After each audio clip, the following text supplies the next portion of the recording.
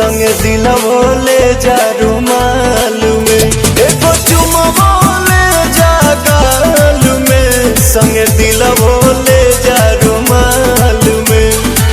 जातर रजावा चढ़ के जहा जावा पसीहन मोहिनी के जाल में, एगो चुमवो ले जा गाल में, संगे दिलवो ले जा रुमाल में, एगो चुमवो ले जा गाल में, संगे दिलवो ले जा रुमाल में।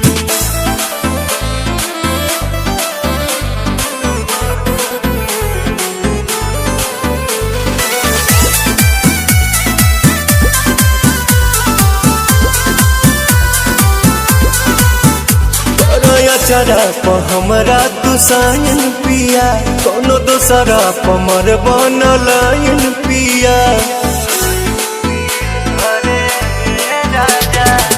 बिहाना केहू के हमार वाला हक हो, हर के जात हई होइए जाला शौक हो।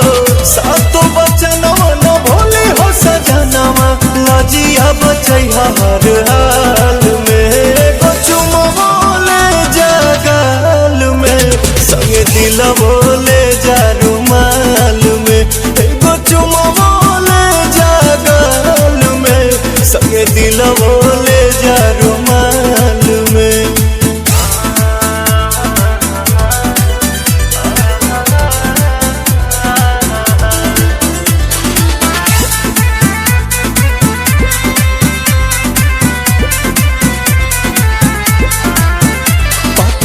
पीछे कदम बवाले बलम, जल्दी पड़ बनी हाले के पाले बलम।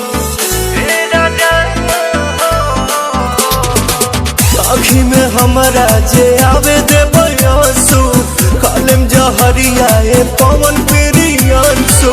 कम कमाई हो यानी मन से रही हा, आवे बदला नहीं चाल में, एगो चुमवो ले जा गाल में, संगे दिलवो ले जा रुमाल में, एगो चुमवो ले जा गाल में, संगे दिलवो ले जा।